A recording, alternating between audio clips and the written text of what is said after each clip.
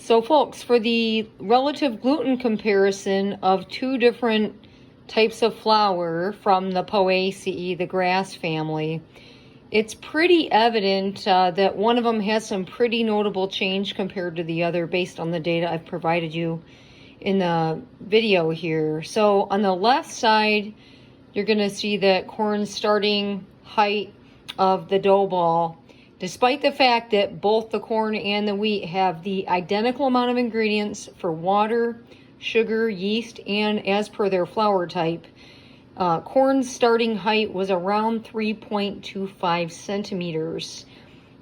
Same for wheat, but the amount of rising between the two is significantly different, as you can see by how much of the bowl is consumed by rising.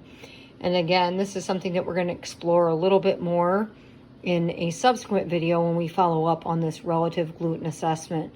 There's a few different key factors in data that can show us the relative gluten content of various flours, because remember, gluten is associated with the rising due to the nature of the sticky protein that traps in the CO2 bubbles that were emitted by the fungus, the yeast.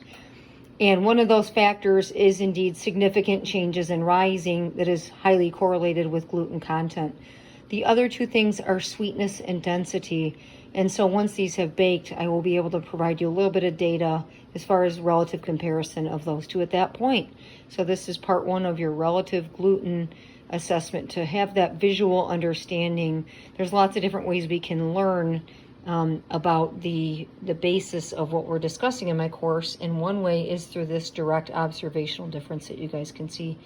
That's pretty apparent, especially as I get up close here and show what is happening with the wheat flour type and how that really compares dramatically with the flour derived solely from corn.